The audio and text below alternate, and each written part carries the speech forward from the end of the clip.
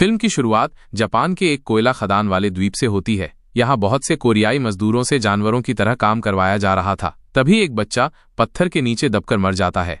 बच्चे का शव उसके परिवार को दे दिया जाता है। अब एक कोरियाई आदमी दिखता है जिसे सभी कोरियाई अपना नेता मानते थे। नेता 3 बच्चों से कहता है कि तुम तीनों को आज रात यहाँ से निकलकर कोरिया जाना होगा, ताकि तुम वहां जाकर सबको बता सको कि हमारे साथ यहाँ कितना बुरा व्यवहार हो रहा है। इसलिए नेता का आदमी उन 3 बच्चों का मार्गदर्शन करता है, जिसके बाद तीनों बच्चे द्वीप से भागने की कोशिश करते हैं। लेकिन दुर्भाग्य से एक बच्चा पकड़ा जाता है। गार्ड उसे देखते ही गोली मार देता है और वो मर जाता है, जबकि बाकी 2 बच्चे समुद्र तक पहुंच जाते हैं, लेकिन वे भी भाग नहीं पाते। उन्हें भी एक जहाज पकड़ लेता है। बाद में कोरिया का दृश्य दिखाया जाता है, जहां ली, जो रॉक बैंड बजाता है, एक पार्टी में अपनी बेटी और बैंड के साथियों के साथ गाना बजा रहा है। पार्टी खत्म होने के बाद ली अपने एक जासूस दोस्त से मिलता है। क्योंकि ली को अपने पूरे बैंड के साथ जापान जाना है, इसलिए ली अपने दोस्त को कुछ पैसे देता है, जिस पर उसका दोस्त उसे वहां भेजने के लिए मान जाता है। फिर ली अपनी बेटी और बैंड के साथ उस जासूस को एक जहाज में चढ़ाता है, जहां उनके अलावा और भी बहुत सारे लोग हैं। इसके बाद जहाज एक जगह पर आकर रुक जाता है। तब ली को वहां जमीन पर अपने दोस्त के बहुत सारे पत्र पड़े मिलते हैं। इसका मतलब है कि ली के दोस्त ने उसे धोखा दिया है और उसे गलत जगह पर भेज दिया है। ली के अलावा उसने कई और लोगों को भी धोखा दिया है। वहां मौजूद अधिकारी सभी लोगों को ट्रेन में भरते हैं और उन्हें उस द्वीप पर ले जाने के लिए रवाना हो जाते हैं।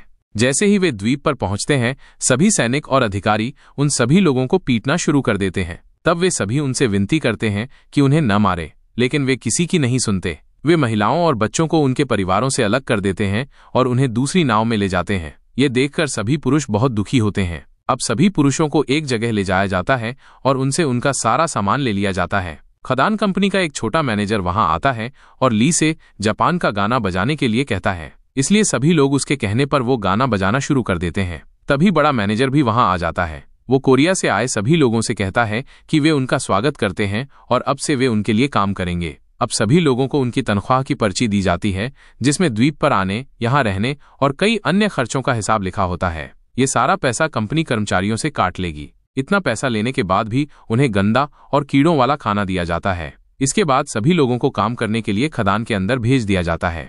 यहाँ काम करने के बाद सभी लोग नहाने जाते हैं। अब यहाँ का एक कोरियाई सुपरवाइजर एक लड़के को पीट रहा है। ये देखकर चोई नाम का एक कोरियाई गैंगस्टर सुपरवाइजर से लड़ने लगता है। तभी खदान कंपनी का छोटा मैनेजर वहां आ जाता है। तब चोई मैनेजर से कहता है कि वो सुपरवाइजर से लड़ेगा। अगर वो हार गया तो वो उन सब का गुलाम बन जाएगा, और अगर वो जीत गया तो वो सभी कर्मचारियों का नेता बनेगा। मैनेजर मान जाता है, जिसके बाद चोई सुपरवाइजर से लड़ने लगता है और उसे बुरी तरह मारता है। लेकिन तभी बड़ा नेता वहां आता है और कहता है कि ये जापानी उन सभी कोरियाई लोगों को आपस में लड़ाना चाहता है, इसलिए आपस में मत लड़ो, लेकिन शर्त यह है कि चोई सभी कर्मचारियों का नेता बन जाए।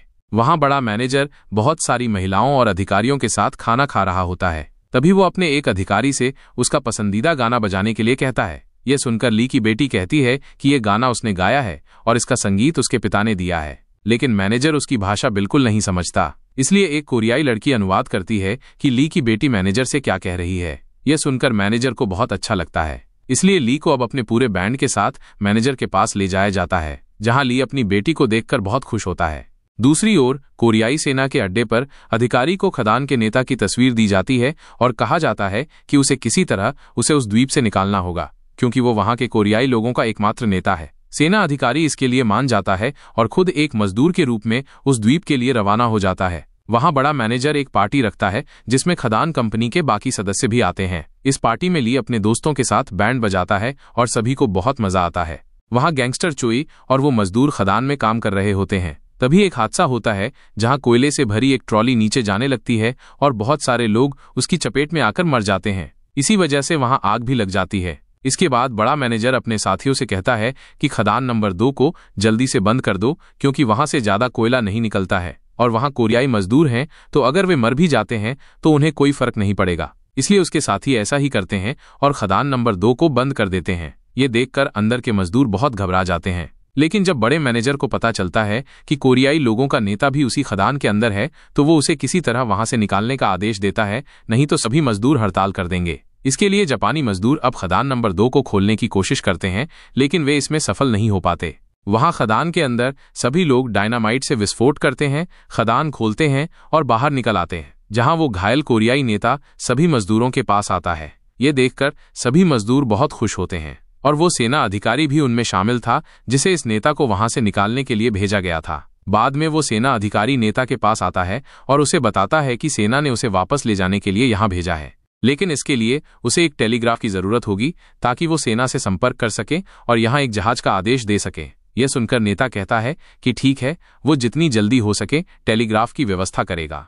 इसलिए अब वो सेना अधिकारी ली के पास आता है और उसे बताता है कि उसे अधिकारी के कमरे की चाबियां चाहिए क्योंकि उस कमरे में एक टेलीग्राफ है। लेकिन ली उससे पूछता है कि पहले उसे बताए कि उसे उन चाबियों की जरूरत क्यों है और वो टेलीग्राफ क्यों पाना चाहता है। ये सुनकर सेना अधिकारी कहता है कि वो वास्तव में उस नेता को यहाँ से ले जाने आया है और वो एक सेना अधिकारी है। ये सुनकर ली कहता है कि ठीक है, वो उसे वो चाबी एक शर्त पर देगा कि अगर वो उसे और उसकी बेटी को इस द्वीप से ले जाए। सेना अधिकारी मान जाता है। इसके बाद ली चुपके से मोमबत्ती की लौ पर अधिकारी की चाबियों के गुच्छे को गर्म करता है और फिल्म रील पर उसका निशान ले लेता है। उसके बाद वो उस निशान को अपने दोस्त को देता है और चाबी बनवाता है। चाबी बनने के बाद वो उसे सेना अधिकारी को दे देता है, जिसकी मदद से सेना अधिकारी उस केबिन में आता है जहां वो सेना से संपर्क करता है और यहां एक जहाज का आदेश देता है। अब इस समय सेना अधिकारी को कोरियाई खाते का रिकॉर्ड भी मिल जाता है।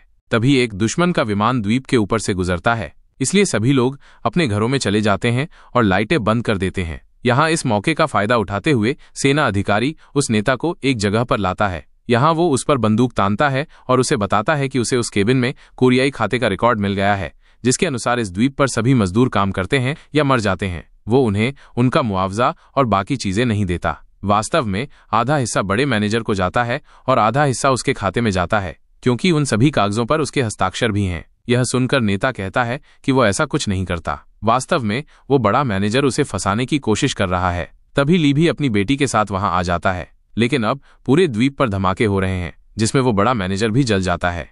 बाद में सभी जापानी बंकर में चले जाते हैं और सभी कोरियाई लोगों को मरने के लिए वहीं छोड़ देते हैं। लेकिन इसका फायदा उठाते हुए वो नेता वहां से भागने लगता है, लेकिन उसे बचाने के लिए उसका खास आदमी आता है। यहाँ नेता अपने खास आदमी से पूछता है कि क्या उसने वो खाते का रिकॉर्ड देखा, जिस पर उसका खास आदमी जवाब देता है हाँ उसने देखा। इसलिए नेता उसे गोली मार देता है और मार डालता है। अब ली और उसकी बेटी भी ये सब चुपके से देखते हैं। अब खदान कंपनी का बड़ा अधिकारी छोटे अधिकारी को फोन करता है और कहता है कि हिटलर मारा गया और जिसने भी नाजी की मदद की उस पर अपराधी के रूप में हमला किया जा रहा है और अमेरिका ने हिरोशिमा पर एक बहुत खतरनाक बम गिराया है जिसके कारण पूरा हिरोशिमा नष्ट हो गया है। यह सुनकर छोटा मैनेजर अपने बड़े अधिकारी से कहता है कि उनके बड़े मैनेजर घायल हो गए हैं क्योंकि वे बम विस्फोट में जल गए हैं, इसलिए अब उन्हें मदद की जरूरत है। यह सुनकर बड़ा अधिकारी कहता है कि वो ऐसा करे, अपने बड़े मैनेजर को मार डाले और खुद बड़ा बन जाए। इसलिए वो छोटा मैनेजर ऐसा ही करता है, यानी वो बड़े मैनेजर को मार डालता है।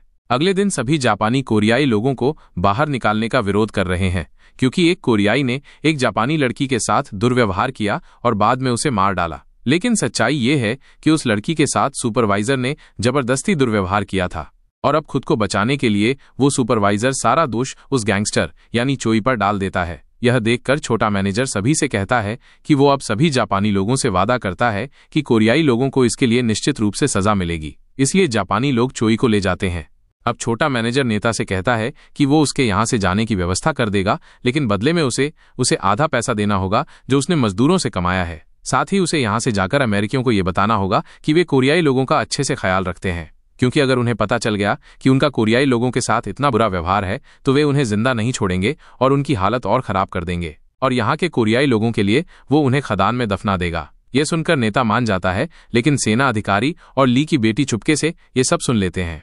इसके बाद नेता सभी कोरियाई लोगों से कहता है कि जापानी लोगों ने चोई को गुमराह किया है और वे उनके साथ बहुत बुरा व्यवहार करते हैं। इसलिए उसने इस बारे में बड़े अधिकारी से बात की और उन्होंने उनकी बात सुनी भी। इसलिए अब से उन्हें अच्छा खाना और ज्यादा मजदूरी मिलेगी। लेकिन हाँ, इस खुशी में सभी को खदान में आना होगा क्योंकि वहां जश्न का कार्यक्रम होने वाला है। ये सुनकर सभी बहुत खुश हो जाते हैं। लेकिन तभी सेना अधिकारी सभी से कहता है कि ये नेता जो कुछ भी कह रहा है वो झूठ है, क्योंकि वास्तव में उसने उन्हें धोखा दिया है। उसने वास्तव में बड़े और छोटे मैनेजर के साथ मिलकर उन्हें मिलने वाला सारा पैसा और मुआवजा खा लिया है। ये सुनकर नेता सभी से कहता है कि ऐसा कुछ नहीं है, वो झूठ बोल रहा है क्योंकि वह वास्तव में एक अमेरिकी जासूस है, इसलिए उस पर विश्वास मत करो। तभी ली उन्हें खाते का रिकॉर्ड दिखाता है और तभी ली की बेटी भी यहाँ सभी से कहती है कि हाँ, सेना अधिकारी बिल्कुल सही कह रहा है क्योंकि उसने उसके सामने अपने वफादार साथी को मार डाला। ये सुनकर सभी उस नेता के खिलाफ हो जाते हैं, इसलिए सेना अधिकारी भी उसे वहीं मार डालता है। जिसके बाद अब इन लोगों ने चोई को भी आजाद कर दिया था। वहां सेना अधिकारी सभी से कहता है कि वे यहां से कोयले के जहाज की मदद से रवाना होंगे। ये सुनकर सभी मान जाते हैं, इसलिए कुछ लोग यहाँ हथियार बनाने लगते हैं ताकि अगर उन पर हमला हो तो वे खुद को आसानी से बचा सकें। इसके बाद सबसे पहले वह सेना अधिकारी कुछ लोगों के साथ कोयले के जहाज पर कब्जा कर लेता है और सभी लकड़ी के पुल पर जाते हैं जिससे जहाज में कोयला डाला जाता है वहां पहुंचने के लिए। लेकिन तभी वो वहां कुछ सैनिकों को देखता है, इसलिए ली यहां उन्हें विचलित करता है, जहां सेना अधिकारी अपने साथियों के साथ उन्हें मार डालता है। जिसके बाद अब ये सभी लोग उस पुल से होकर जहाज में चले जाते हैं। अब बाकी कोरियाई जापानी लोगों को घरों में बंद कर देते हैं और उनमें आग लगा देते हैं। फिर ऐसा करते हुए वो छोटे मैनेजर को देखता है। अब यहाँ 2 और सैनिक कोरियाई को भागते हुए देखते हैं, इसलिए सेना अधिकारी उन्हें भी गोली मार देता है और मार डालता है। लेकिन गोली की आवाज सुनकर वो बड़ा अधिकारी भी उन्हें देख लेता है, इसलिए वो अपने सभी सैनिकों को उन्हें मारने के लिए उनके पीछे भेज देता है। इसलिए अब चोई उस कोरियाई लड़की और अपने साथियों के साथ जापानी सैनिकों से लड़ने जाता है। तभी देखते हैं कि जिस रस्सी से सभी कोरियाई नीचे उतर रहे हैं वो रस्सी भी टूट जाती है और जापानी हमले से वे सभी लोग भी मारे जाते हैं। इसलिए सभी कोरियाई एक साथ उस पुल पर चढ़ना शुरू कर देते हैं, लेकिन बढ़े हुए वजन के कारण वो पुल भी टूट जाता है, जिसके कारण आधे लोग जहाज में चले जाते हैं लेकिन आधे लोग उस द्वीप पर फंस जाते हैं। इसी बीच जापानी और कोरियाई लोगों के बीच एक खतरनाक लड़ाई शुरू हो जाती है। तभी यहाँ ली अकेले उस पुल को उठाने की कोशिश करता है, लेकिन वो उसे नहीं उठा पाता। इसलिए अब उसकी बेटी उसकी मदद करने आती है और अब ये देखकर सभी उसकी मदद करने के लिए उस पुल को उठाने लगते हैं। तभी यहाँ लड़ते हुए उस कोरियाई लड़की को गोली लग जाती है। गोली वास्तव में सुपरवाइजर ने चलाई होती है, इसलिए चोई बहुत गुस्सा हो जाता है। इसलिए वो उस सुपरवाइजर से लड़ना चाहता है, जहां वो उसकी गर्दन की हड्डियां तोड़ देता है और उसे मार डालता है। लेकिन जब वो उस कोरियाई लड़की के पास वापस आ रहा होता है तो उसे भी गोली लग जाती है, लेकिन किसी तरह वो उस कोरियाई लड़की के पास वापस आता है और तभी दोनों मर जाते हैं।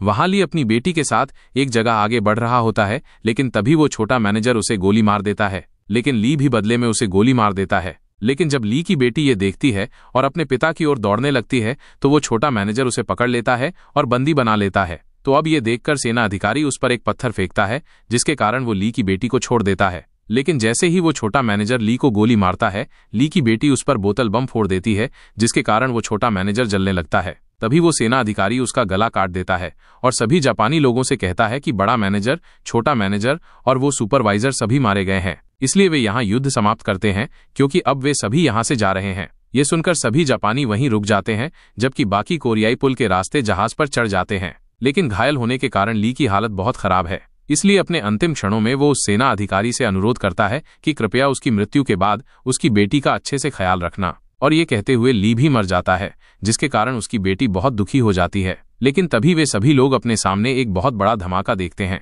जो अमेरिका के बम गिराने के कारण नागासाकी पर हुआ था, जिसे देखकर सभी लोग बहुत हैरान हैं। जहां बाद में ली की बेटी को दिखाते हुए ये फिल्म यहीं समाप्त हो जाती है। देखने के लिए धन्यवाद।